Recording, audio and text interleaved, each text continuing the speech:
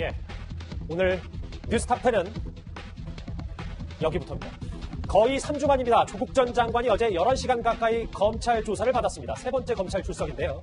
이번에도 조국 전 장관은 진술 거부권을 행사한 것으로 알려졌습니다. 먼저 관련 목소리부터 듣고 오겠습니다. 검찰 조사 잘 받으셨나요? 진술 거부권 행사하셨던데 앞으로도 계속 그러실 건가요? 이 검찰 조사에 앞으로 어떻게 대응하실 생각이십니까? 정경심 교수님한테 5천만 원 송금하신 이유가 뭔가요? 공동학원 사기 소송 관련해서도 말씀하신 거 없으십니까? 공동학원 이사로 계셨잖아요. 한 말씀만 부탁드리겠습니다. 문구 열어줄래? 문이 잘 안 열린다, 집이. 번호가 뭐였지? 아까 1층에 있는데. 그래서 안 눌러가지고. 자, 이제 이 소식 하나하나 풀어보겠습니다. 먼저 장현찬 평론가님. 정말 비공개 소환, 그냥 검찰 조사를 받은 것조차 어젯밤까지 아무도 몰랐습니다. 그러니까요. 정말 아무도 몰랐고요. 이번에도 검찰청 지하철장을 이용해서 비공개로 출석을 했습니다. 피의사실 공표가 금지되어 있기는 하지만 이 규정의 정말 이 첫 번째 수혜를 조국 전 장관이 톡톡히 보고 있는 것 같고 유독 조국 전 장관을 향해서는 이 피의사실 공표 문제가 훨씬 더 엄정하게 잘 지켜지고 있다는 느낌을 지우기 힘듭니다. 또 한 가지 주목할 점은 2차 수사 이후에 무려 20일이 지나서 3차 소환 조사가 이루어지는 것인데요. 보통 정경심 교수 케이스를 봐도 2, 3일에 한 번씩 검찰에서 소환 요청을 하게 되는데 조국 전 장관 같은 경우는 진술 거부권을 행사하고 있지만 왜 이렇게 소환의 텀이 길었을까? 3차를 20일 만에 소환 조사한 이유 아직 드러나지 않았습니다만 2차 조사 같은 경우는 조국 전 장관 측에서 일정을 조금 연기해달라는 요청을 검찰에 한 것으로 알려지고 있습니다. 그렇다면 만에 하나 3차 조사도 조국 전 장관 측의 요청으로 이렇게 20일 가까이 시간이 걸려서야 조사를 할 수 있었다고 가정한다면 피의사실 공표나 비공개 출석뿐만 아니라 수사 전반에 있어서 조 전 장관이 특혜를 받는 것이 아니냐는, 특히나 조국 전 장관은 검찰 소환 조사 안 할 때는 정경심 교수 구치소로 자주 면회가거든요. 이건 역시나 공무원 관계가 의심되는데 이렇게 자주 면회를 해도 되는지 구설수가 끊이지 않고 있습니다. 여러모로 특혜성 조사다라는 비판을 피하기는 어려워 보입니다. 그 특혜성 조사 부분을 조진무 장관 좀 더 짚어볼게요. 네. 그러니까 포토라인에 서지 않는 것도 특혜 논란이 참 많았었는데 정말 검찰 빼고는 아무도 조 전 장관이 어제 세 번째 조사를 받는지 몰랐기 때문에 네. 이 모든 것들이 왜 조 전 장관 수사 이후부터 이렇게 급격히 바뀌었는지 뭐 이 부분일 겁니다. 자, 어제 같은 경우에는요. 11시간 30분을 서울중앙지검에 머물렀는데 서울중앙지검 같은 경우에는 각사에서 각 언론사마다 6명 정도의 기자가 있는 곳이거든요. 그런데 아무도 몰랐어요. 이건 무엇이냐? 전례가 없는 특혜 소환이 이루어지고 있기 때문에 가능한 거예요. 그렇다면 검찰은 고민을 해야 됩니다. 앞으로 민정수석이라든지 법무장관 지낸 분이 검찰의 피의자로 소환되는 것, 이런 비극은 다시는 없어야 되지만 만약에 이런 경우 계속해서 지하주차장으로 들어오게 하고 그리고 아무도 모르게끔 보호해주고 이런 특혜를 계속해서 줄 거냐, 이런 어떤 형평성 문제에 직면할 수 있거든요. 그렇죠. 예, 이게 보통 문제가 아니고요. 그리고 또 한 가지는 검찰 수사는 반드시 두 가지를 충족시켜야 됩니다. 검찰 수사는요, 인권을 보호하면서도 실체적 진실을 규명해야 됩니다. 그러면 이 검찰 수사와 관련한 보도 역시 두 가지를 충족시켜야 됩니다. 하나는 피의자라든지 피고인의 인권을 존중하면서도 국민의 알 권리를 충족시켜야 되거든요. 그런데 전직 민정수석, 전직 법무부 장관으로서 세 가지 수사가 지금 병행이 되고 있는데 국민의 알 권리 차원에서라도 공인이기 때문에, 그렇다면은 포토라인 문제는 다시 한번 우리가 좀 검토해야 되지 않은가, 이런 생각을 해봅니다. 일단 검찰은 형평성 차원에서라도 모든 그러면은 피의자에게 이런 특혜를 줄 것인가, 이 부분에 대해서 깊이 고민해야 됩니다. 이런 깜깜이 조사는 특혜다. 김태현 변호사님, 저 화면 같이 보실까요? 뭐 잘 알려진 대로 어제 조 전 장관 뭐 지금까지와 마찬가지로 진술 거부권을 행사했습니다. 그런데 제가 오기 전에 한 보도를 보니까 조 전 장관 변호인 측에서도 이런 진술 거부권에 대해서 다소 우려의 목소리를 냈다, 라는 보도를 제가 지금 방송 전에 보고 왔어요. 보는 시간마다 다를 수 있으니까 절대적으로 유리하다 불리하다 단적으로 말할 수는 없는데, 일단은 공정한 방송을 위해서 하나씩 짚어드리면, 유리한 측면은 뭐냐? 유리한 측면은 지금 아내인 정경심 교수가 다 이제 남편인 조국 전 장관과 선을 긋고 있잖아요. 그죠? 저도 안 했지만 만약에 했더라도 그냥 제가 한 거예요. 남편 한 2톤이거든요. 근데 이 상황에서 더군다나 검찰은 지금 정경심 교수의 이미 기소된 사모펀드나 이런 부분에 대한 증거기록 오픈하지 않고 있어요. 그 검찰의 패를 정확하게 정경심 교수와 조국 전 장관을 확인을 못하고 있죠. 이 와중에서 조국 전 장관이 뭔가 말을 하나 잘못하게 되면 그게 정경심 교수의 말과의 어떤 충돌을 일으키면서 검찰이 가지고 있는 패를 확인하지 못하기 때문에 스스로 자가당착에 빠질 위험이 있어요. 그걸 방지하기 위해서 진술 거부를 행사하는 게 어떻게 보면 피의자인 조국 전 장관 입장에서 보면 장점은 그겁니다. 단점은 뭐냐? 이게 이제 보면 검찰이 나름대로 논리적으로 쟁점들을 가지고 질문을 해나갈 때 거기에 대해서 아무것도 답변하지 않고 있는 것이 나중에 이게 법원에 제출됐을 때 법원한테 굉장히 안 좋은 인상을 줄 수도 있거든요. 왜냐하면 검찰은 나름대로 핵심 증거를 제시를 하고 거기다가 논점을 정리를 하고 거기다 핵심 증거까지 뒷받침해서 증거 기록을 만들어서 검찰에 제출했는데 거기에 대한 피의자, 피고인의 입장은 아무것도 없는 것 아니겠습니까? 조국 전 장관은 법정에서 다투겠다고 얘기를 하지만 법정 들어가면 저 검찰이 수사할 땐 꺼내놓지 않았던 결정적인 증거들을 제출하는 경우는 다분하거든요. 예. 그렇기 때문에 아마 조국 전 장관의 그런 측면에서 보면 이게 단기적으로는 말이 꼬이는 걸 방지할 수 있을 수 있겠지만 아까 제가 얘기한 대로 장기적으로 봤을 때 과연 이게 재판에 도움이 될 것이냐라는 그런 얘기들이 아마 내부적으로 좀 나오고 있는 것 같습니다. 예. 네. 어제 상황을 보면요. 오전 9시 30분에 검찰에 출석을 해서 오후 6시까지 조사를 받았습니다. 그리고 계속해서 진술 거부권 대답하지 않겠다고만 되풀이를 했거든요. 예. 그리고 나서 진술 조서를 2시간 동안 열람을 해요. 한마디도 안 했는데 네, 한마디도 하지 않았는데 조사 열람을 조서를 열람한 것으로 지금 확인이 됐습니다. 예. 이거는 뭐냐면 그만큼 조국 전 장관이 떳떳하지 않기 때문에 이런 행동을 하는 겁니다. 이런 것이 재판에 어떤 영향을 주겠습니까? 조국 전 장관 잘 생각해야 되고요. 또 한 가지는 어제 조국 전 장관을 소환한 것 바로 사모펀드 의혹과 그리고 자녀 입시 비리 의혹 이런 것을 조사하기 위해 불렀어요. 그런데 자녀의 입시 비리 문제 같은 경우에는 부인 정경심 교수도 계속 모른다고 하고 또 조국 전 장관 같은 경우도 계속 모른다고 하고 진술 거부권을 행사하면 딸과 아들을 기소할 수밖에 없는 거예요. 그 점도 고려를 해야 됩니다. 알겠습니다. 자, 그러면 지금부터는 저희 위에 있는 이 주제 얘기를 좀 해볼까요? 조 전 장관 줄 소환이 예고돼 있습니다. 가족 의혹과 관련해선 지금까지 쭉 얘기를 했다시피 서울중앙지검에서 조사를 받았다면 이제 유재수 감찰부마건으로 곧 서울 동부지검으로 가게 됩니다. 유재수 전 금융위 국장 경우에 있어서는 그 비위 첩보가 저희에게 접수되었습니다. 유재수 사건을 감찰 무마했다.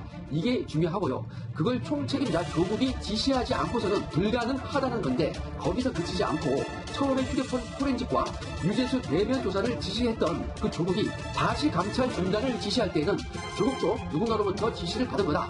이게 합리적인 의심이지 않겠습니까? 검찰도 그 조국의 윗선을 지금 규명해보고 있는 것이고요. 김종욱 교수님, 저하고 화면 같이 보시면 이렇게 앞으로 줄 소환이 조 전 장관에게 예고가 돼 있어요. 그런데 이 부분입니다. 그러니까 국회 운영위에 작년에 출석해서 유재수 감찰 무마건과 관련해서는 그 감찰 근거, 비위가 좀 약하다고 봤다. 사적인 문제라고 하는 부분. 이 부분에 대해서 거짓 해명으로 지금 계속해서 야당에서는 제기하고 있거든요. 네네.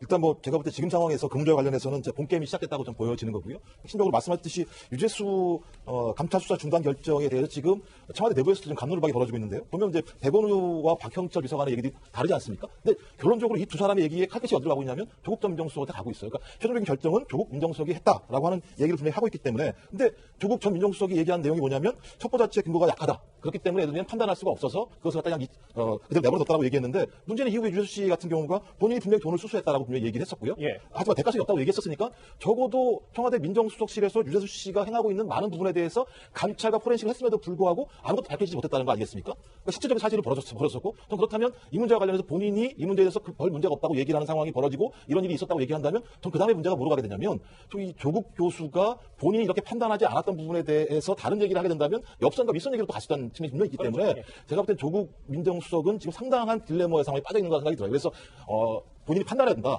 자기가 그 문제에 대해서 책임을 질 것인가, 아니, 책임지지 않을 것인가. 이거에 따라서 앞으로 조국 전 민정수석뿐만 아니라 청와대의 행보에도 상당히 큰 영향을 미칠 거라는 생각이 듭니다. 김태현 변호사님, 화면에 그대로 저희가 뉴스탑10에서 수차례 얘기했던 조국의 딜레마, 과연 유재수 감찰 부마건에 대해서는 입을 열 수밖에 없을 것이다 라고 했는데 새롭게 알려진 내용은 변호인과 좀 의견을 조율해보니까 유재수 건에 대해서는 입을 열기로 좀 의견을 모은 것 같더라고요. 그게 그럴 수밖에 없는 게 아까 제가 가족 관련 수사에서 계속 묵비권을 행사할 때 진술권을 행사하는 게 좋은 점도 하나 있고 나쁜 점도 하나 있다고 크게 장점 먼저 말씀드렸잖아요. 그때 제가 그나마 좋은 점, 장점을 찾자면 뭐가 있습니까? 그랬을 때 뭘 말씀드렸어요? 본인 조국 전 장관이 관련 없다고 얘기하고 있는 정경심 교수와의 어떤 진술에 충돌이 있으면 안 되니까 차라리 입을 닫는 게 낫다. 어차피 정경심 교수 우리 남편 아닙니다 하고 있는 상황에서 괜히 본인이 뭐 얘기하다가 말이 꼬이면 안 되니까 입을 다무는 거다. 이게 유일한 장점이라고 제가 말씀드리지 않았습니까? 그러면 유재수 씨 사건에 아까 제가 말씀드린 장점을 대입해 보자고요. 안 통하는 거죠. 왜? 만약에 여기서도 뭐 박형철 비서관이나 예를 들어 누구죠? 백원의 전 비서관이 조국 수석은 몰라요. 그냥 우리가 당한 거고요. 주 수석은 아닙니다. 이렇게 얘기하면 조 수석도 그냥 입을 다무는 게 낫죠. 근데 박경철 반부패 비서관 조국 전 장관이 결정했는데요. 외부에서 전화 많이 온다고 막 그러더니 그 다음에 이렇게 결정했어요. 그렇죠. 백은호 민정비서관도 조국 전 장관이 조국 당시 수석이 결정했는데요. 이런 얘기합니다. 다른 사람들이 모두 본인을 가르치고 있기 때문에 유재수 사건에서는 조국 전 수석이 본인 입장에서 나는 아닙니다. 회의를 통해서 합리적으로 결정했어요. 외부에서 전화 받은 거 없고 그냥 내부적으로 합리적으로 결정했을 뿐이면 이 얘기를 할 수밖에 없는 거예요. 그러니 아마 진술거부권 행사하지 않고 적극적으로 본인의 항변을 할 것이다라는 관측이 지배적인 거죠. 그 항변의 내용이 참 궁금합니다. 그러니까 어제는 서울중앙지검에서 조사를 받고 이 감찰무마건에 대해서는 서울 동부지검으로 넘어가게 됩니다. 자, 그런데 하나 짚어볼 게 있습니다. 정경심 교수의 재판부가 이 공소장 내용을 바꾸는 걸 허락하지 않겠다 이렇게 검찰에 며칠 전에 경고를 했었죠. 이에 대해서도 법조계의 의견이 다분히 좀 엇갈리고 있습니다. 조수님 화면을 같이 보시면 전 부장 판사가 핵심 내용은 이거더라고요. 정경심 교수에게 무죄를 선고하라고 선고를 작심하고 재판부가 공소장 변경을 허가하지 않은 것으로 보인다. 이런 의견을 냈어요. 네. 우선 이틀 전인 화요일 날 우리가 이걸 짚었습니다. 검찰이 조국 전 장관 부인인 정경심 교수의 동양대 표창장 위조 혐의가 적힌 공소장 내용을 변경하겠다고 신청을 했는데 그날 법원이 불허를 했어요. 이거는 받아들일 수가 없다. 바로 거기에 대해서 우리가 화요일 날 뉴스톱10 바로 이 시간에 다뤘었습니다. 기억이 납니다. 그런데 이충상 교수는 사법연수원 14기 판사 출신이에요. 얼마 전까지 서울중앙지법의 영장 전담 판사 등을 지낸 고위 법관이거든요. 그분이 재판부를 굉장히 비판을 한 거예요. 왜냐? 공소장의 기본적인 사실이 동일한데 왜 변경을 불허한다는 거냐? 납득할 수가 없다. 이렇게 비판을 했거든요. 자, 우선 공소 사실의 동일성이라는 용어가 있습니다. 예. 그러니까 공소장에서의 핵심 사실이 같으면 공소장을 변경할 수 있도록 한다. 이게 대법원 판례라는 거예요. 그렇다면 이 사건에서의 핵심은 뭐냐? 바로 2012년 9월 7일자로 된 동양대 총장 표창장이 위조됐다는 게 핵심입니다. 이 핵심을 근거로 해서 검찰이 기소를 해놓고 나서 어느 정도 수사를 해보니까 이 공범이 성명불상자로 일단은 기재를 했습니다만 딸로 확인이 됐고 또 표창장 위조 방식이 좀 더 정교하게 변모를 한 거예요. 그렇다면 2012년 9월 7일자로 된 동양대 총장 표창장이 위조됐다라는 핵심은 변화가 없거든요. 그런데 이것을 왜 변경을 불허하는 거냐? 이 점을 바로 이충상 교수는 지적을 하면서 예. 그러니까 전에 냈던 공소장을 취하지 않는다면은 사건을 무죄로 선고하기 위한 어떤 수순 발대 아니냐 이렇게 지적을 하고 있는 겁니다. 예. 저도 화요일 날 바로 그 점을 지적하면서 이런 경우에는 검찰이 재판부 기피 신청, 맞아요. 재판부를 바꿔달라 이렇게 요구할 수밖에 없을 것 같다라는 그 전망도 제가 드렸습니다. 맞아요. 그런데 이충상 교수도 재판부 기피 신청밖에는 방법이 없는 것 같다. 이런 글도 올렸습니다. 알겠습니다. 자, 그리고 몇 시간 전에 조 전 장관 소식이 또 하나 들어온 게 있습니다. 이 서울대가 조국 전 장관의 논문 표절 의혹에 대해서 제대로 한번 들여다보기로 결정을 했습니다. 영국 옥스퍼드대 갤리건 교수의 논문에서 다수 문장을 베꼈다. 브래들리 교수의 독일어 판결문을 요약한 부분을 또 베꼈다. 제가 연구진성위원회에 국감에서 나온 문제가 제기되기 때문에 한번 검토해달라고 의견할 수 있겠습니다.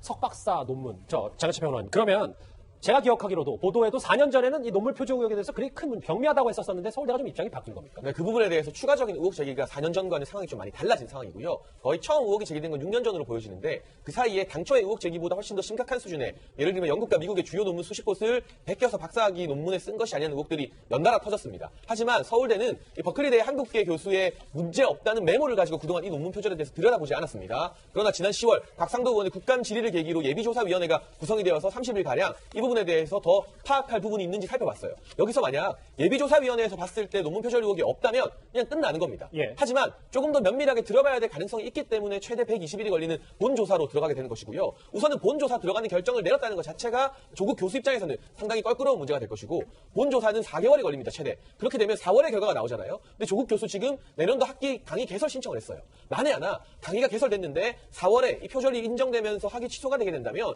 기껏 열어놓은 강의를 취소해야 되는 그런 불상사가 생길 수도 있고 학생들이 그 피해를 고스란히 봐야 될 수도 있기 때문에 잘 모르겠습니다만 이 본조사위원회의 논문 표절과 관련된 결과가 나오기 전까지는 강의 개설 등에 대해서는 조금 더 기다려야만 학생들이 혹시라도 피해를 입을 가능성이 줄어드는 것은 아닌가 하는 그런 의견을 보태고 싶습니다. 저 논문 표절 의혹의 결론이 어떻게 날지 저희도 한번 유심히 지켜볼 거고요. 이 줄 소환이 예고돼 있는 어제 비공개 소환 조사를 받은 조국 전 장관 얘기 첫 번째 이슈로 짚어봤습니다.